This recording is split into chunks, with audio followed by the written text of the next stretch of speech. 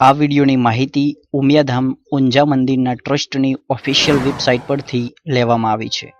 Hello friends, આજે આપણે આ વિડીયોમાં કડવા પાટીદારોના કુળદેવી માં ઉમિયા માતાજીના મંદિર કે જે ઊંઝા ખાતે આવેલું છે તેની સવિસ્તાર માહિતી મેળવશું. ઊંઝા ગામની વચ્ચે આવેલું ઉમિયામાનું આ ધામ માતાજીની કૃપા પામીને ધન્ય થઈ ગયું છે. મંદિરની સમીપ આવતા જ તમારું મન માતાજીની ભક્તિભાવમાં તરબોળ થઈ જાય છે અને તેમના દર્શન કાજે ભાવ વિભોર બની જાય છે. રોજે રોજ હજારો ભક્તો દર્શને આવીને માતાના આશીર્વાદ પામે છે. આ મંદિરનો ઇતિહાસ પણ ઘણો રોચક અને રસપ્રદ છે. દંતકથા મુજબ પ્રાચીન સમયમાં જ્યારે સરસ્વતી નદી કિનારે ઋષિમુનિઓના આશ્રમો હતા અને ત્યાં ભગવાન માતાજીના હવન અને યજ્ઞ ચાલતા હતા, તે સમયે રાક્ષસો હવન કરતા ઋષિમુનિઓને હેરાન કરતા અને મારી નાખતા હતા. આવો નરસંહાર જોઈને ભગવાન શંકર અને ઉમા માતા રાક્ષસોનો વધ કરવા આવે છે. તેઓ ઉમા માતાને સરસ્વતી નદી કિનારે બેસાડે છે. ઉમા માતા નદીની માટીમાંથી 52 પુત્રા બનાવે છે અને આ 52 પુત્રાઓમાં ભગવાન શંકર પ્રાણ પૂર્યા, જેથી 52 દીકરા બન્યા અને આ દીકરા જ કડવા પાટીદારોની 52 શાખા થઈ અને આમ માં ઉમિયા કડવા પાટીદારોના કુળદેવી બન્યા. અને ત્યાં જ સરસ્વતીના સ્તરે ભગવાન શંકરે માં ઉમિયાનું જીવંત સ્થાનક બનાવ્યું અને માતાજીને સાક્ષાત રૂપે બેસાડ્યા. ત્યારથી આ સ્થળ ઉમાધામ તરીકે ઓળખાયું અને આમ માં ઉમિયા માતાની સ્થાપના ભગવાન શિવ દ્વારા થઈ. જગતમાં 51 જગ્યાએ માતા અંગ સ્વરૂપે પૂજાય છે, જ્યારે ઉમિયાધામ ઊંઝામાં માં ઉમા અખંડ સ્વરૂપે પૂજાય છે. આગળ જતાં ઈસવીસન 156 સંવંત 212માં રાજા વ્રજપાલસિંહજીએ આ મંદિરનું નિર્માણ કરાવ્યું. ત્યારથી કડવા પાટીદાર સમુદાયના કુળદેવી ઉમિયા માતાનું અહીં નિત્ય પૂજન થાય છે. આ ઉપરાંત રાજા અવનીપતે 1.25 લાખ શ્રીફળના હોમ સાથે કૂવા બનાવી ઘી ભરી મોટો યજ્ઞ કર્યો હતો. સંવંત 1122થી 1124માં વેગડા ગામીએ મંદિરનો જીર્ણોદ્ધાર કરાવ્યો. મોલ્લોતોના મોટા મઢમાં જે ખોખ છે તે જ માતાજીનું મૂળ સ્થાન છે. સંવંત 1943 અથવા ઈસવીસન હાલમાં જે મંદિર છે તે પ્રારંભમાં 1887માં શ્રી રામચંદ્ર માનસુખલાલે, ત્યારબાદ બહાદુર બેચરદાસ લશ્કરીએ બાંધ્યું, જેમાં ગાયકવાડ સરકારે અને પાટડી દરબારે ફાળો આપ્યો હતો. હાલના મંદિરનું વાસ્તુપૂજન 6 ફેબ્રુઆરી 1887ના રોજ યોજાયું હતું, જેમાં ગાયકવાડ સરકારના પ્રતિનિધિએ હાજર રહીને માતાજીનો કિંમતી પોશાક ભેટ આપ્યો હતો. ઊંઝાના આ મંદિરમાં સોપાન ચડતા પહેલાં મોયરાણમાં રિદ્ધિ સિદ્ધિ સાથે બિરાજેલા ગણેશજીનું મંદિર આવે છે અને જમણી બાજુ બટુક ભૈરવનું મંદિર છે. મંદિરના મુખ્ય પ્રવેશ દ્વારે ચાંદીથી મઢેલા નંદી બિરાજમાન છે. અહીંથી નજર કરતા માતા ઉમિયા માની મમતાભરી મૂર્તિના દર્શન થાય છે. આ સુંદર પ્રાચીન મૂર્તિમાં તમને શક્તિ સ્વરૂપના દર્શન થાય છે. સુંદર કમર નયનવાળા માતાજીની આ મૂર્તિને 6 ભુજાઓ છે. ભુજાઓમાં માએ ત્રિશૂળ, ખડગ, ઢાલ, બાણ વગેરે જેવા શસ્ત્રો ધારણ કરેલા છે. દરરોજ માં ઉમિયાની સવારી જુદા જુદા વાહનોની રહે છે.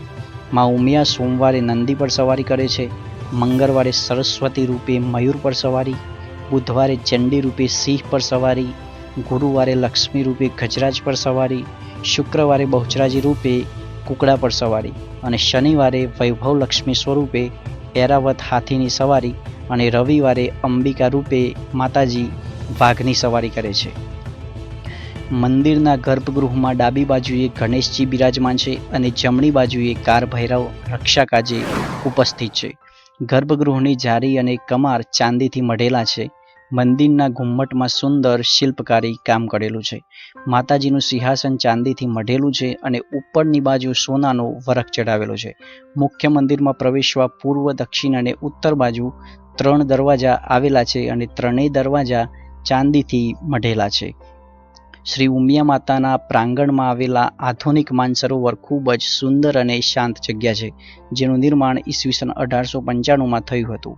માનસરોવરની મધ્યમાં નવગ્રહોની સુંદર શિલ્પકારી મૂર્તિઓ બિરાજેલી છે. આ મૂર્તિઓ પર ફુવારા વાટે માનસરોવરના શીતળ જળથી અભિષેક થતો રહે છે. માતાજીના પવિત્ર સ્થળે વિવિધ ઉત્સવો ખૂબ જ હર્ષ ઉલ્લાસથી ઉજવવામાં આવે છે, જેમ કે બેસતું વર્ષ, માગસર સુદ આઠમે અન્નકૂટ ઉત્સવ, વસંત પંચમી અને નવરાત્રિમાં મંદિરના ચાચર ચોકમાં 9 દિવસ રાસ ગરબા યોજાય છે. વૈશાખી પૂર્ણિમાના દિવસે માતાજીનો પ્રાગટ્ય દિવસ છે, એટલે આ દિવસનું મહત્વ ખૂબ વધારે છે. આ દિવસે મંદિરમાં હવન થાય છે અને પછી ચાંદીના રથ પર સવાર માતાજીની શોભાયાત્રા નીકળે છે અને આખા ઊંઝામાં ફરે છે. આ શોભાયાત્રાની ઝલક માત્રથી જ માતાની મહિમાનો ખ્યાલ આવે છે. આમ તહેવારોના દિવસોમાં મા ઉમિયાના ધામમાં ઉપવાસ, અનુષ્ઠાન, પૂજા, ચંદીપાઠ, ભવ્ય પલ્લી અને આતશબાજીનો લાવો લેવા જેવો હોય છે. મંદિરના પ્રાંગણમાં યજ્ઞશાળા આવેલી છે, જ્યાં વારે તહેવારે માતાજીના યજ્ઞ થાય છે. દર્શનાર્થીઓને રહેવા માટે મંદિરના ટ્રસ્ટ સંચાલિત વિશ્રાંતિ ગૃહમાં રહેવાની સુવિધા ઉપલબ્ધ છે. આ ઉપરાંત દર્શને આવતા ભક્તો માટે મંદિરના ટ્રસ્ટની ભોજનશાળા છે, જ્યાં ટોકન ચાર્જ પર જમવાની સુવિધા ઉપલબ્ધ છે. મંદિરમાં ઉમિયા માતાની આરતી વિશે વાત કરીએ તો બ્રહ્મ મુહૂર્તમાં માતાજીની મૂર્તિને સૌપ્રથમ શ્રી સુપ્ત પાઠથી અભિષેક કરાય છે. સવારે 6:30 વાગ્યાથી મંગળા આરતી અને બપોરે 11:15 કલાકે રાજભોગ ધરાવીને આરતી કરવામાં આવે છે અને સાંજે 7:30 કલાકે સંધ્યા આરતી થાય છે અને માતાજીને નૈવેદ્ય ધરાવાય છે. રાત્રે 9:30 કલાકે શયન આરતી કરવામાં આવે છે. આ મંદિરના ટ્રસ્ટ દ્વારા અનેક લોકહિતમાં સામાજિક પ્રવૃત્તિઓ કરવામાં આવે છે, જેમાં વિધવાઓને સહાય, બીમાર લોકોને મદદ કરવાનું, વિદ્યાર્થીઓને ભણવા માટે સહાય, અપંગોને સાયકલો અપાવવાનું વગેરે અનેક સમાજ કલ્યાણના કાર્યો કરવામાં આવે છે. ઉમિયા માતાજી ઊંઝાના સંસ્થાનને લગતી અન્ય માહિતી તમારી સ્ક્રીન પર છે. ઊંઝા માતાજીના આ મંદિરે કેવી રીતે પહોંચી શકાય એની વાત કરીએ તો સડક માર્ગે અમદાવાદથી વાયા મહેસાણા થઈને ઊંઝા પહોંચી શકાય છે, જે લગભગ 100 કિલોમીટરની આસપાસ થાય છે. આ ઉપરાંત સરકારી બસો અને ખાનગી વાહનો સરળતાથી મળી રહે છે. રેલ માર્ગે ઊંઝાનું રેલવે સ્ટેશન છે.